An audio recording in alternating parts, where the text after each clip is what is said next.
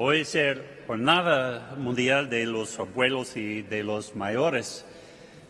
Es importante para nosotros a celebrar este día, no solamente porque el Papa Francisco dijo que este es un día muy importante para él, pero es importante para todos en el mundo y especialmente en la Iglesia. We recognize the importance of grandparents and those who are elderly within our midst. Not because it's important for Pope Francis only, but it is important for him, and he has even expressed a wish and a prayer that you will pray for him in his old age. But it's important for us as members of this world, and certainly within our church, to celebrate life in all its forms, from the moment of conception until natural death. Marina, who is conducting and organizing our Office for Life, is very instrumental in making sure that we keep our eyes focused on all of humanity, and that life is important. All of life is important. And as we celebrate today, we recognize the importance of the elderly. My mom and dad, my mom will be celebrating her 94th birthday next week. My dad will celebrate 95 years in December.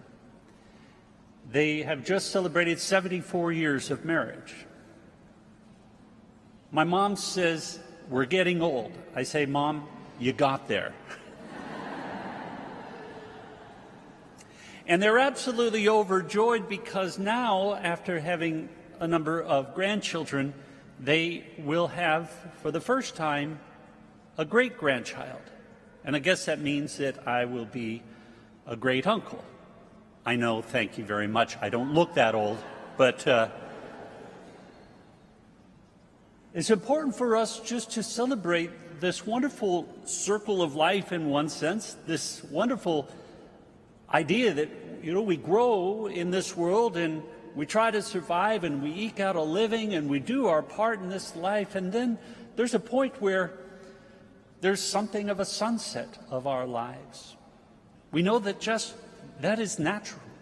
It's a part of who we are, and even though we might try to beat the system and try to stay on earth a little bit longer, we also recognize that there's a time when we have to let go and truly let God.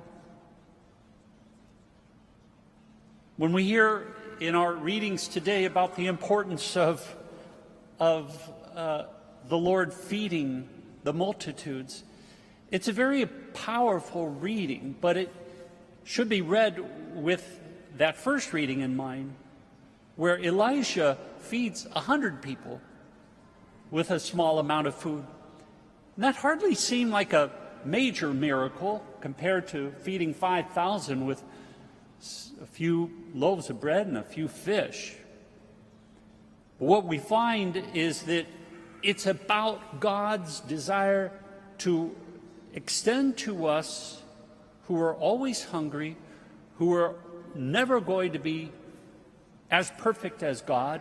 God extends to us His perfection. God extends to us His life, which is far greater than our life. Our life has a beginning and a middle and an end. But Christ is the Alpha and the Omega, the beginning and the end. It is Christ who is and always will be. And this God gives us His life, so that at the end of the day, when we pass from this life, we know that we will enter His life that is eternal.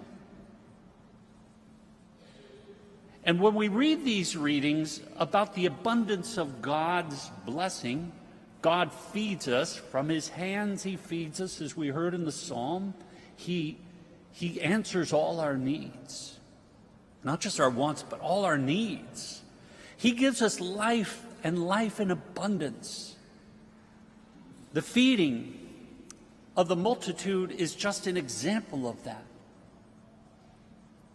Enough to fill 12 wicker baskets, which should be assigned to us, that God feeds the 12 tribes of Israel, that he brings to completion this desire on our part to be with God forever and ever and ever. And God gives us that. God feeds us with that. And while we recognize the sunset of life for so many and celebrate who they are, we also recognize one very unique thing about Christ. Christ is the sun that never sets. Have you ever noticed that we celebrate Sunday? Have you ever noticed that when we celebrate Easter, we move from the former Sabbath day, as St. Augustine says, in the Easter Vigil, it's a reminder to us that Christ rose on the third day, and therefore the Sabbath sun never sets. And we celebrate that eighth day. We celebrate a life of God, not our life, but the life of God that has been given to us, and that is eternal. And that there is no sunset. That's why we are here. We believe, yes, our bodies are going to kind of fade away. We feel the aches and the pains. That's just natural. But then there's something supernatural.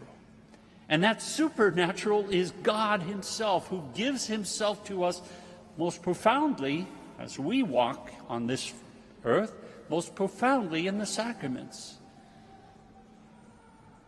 Our God does not abandon us.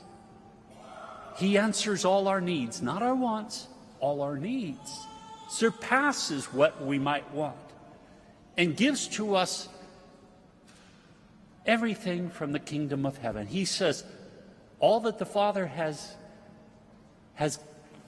been handed on to me, and I hand to you what has been handed on to me. Everything that God has given to Jesus, the Lord has given to us. An abundance. And this abundance is life. And this abundance is life eternal. And so let's celebrate that on this World Day of Grandparents and Elderly. We might feel as though that we are in the sunset of life, but we celebrate Christ Jesus, the sun that never sets.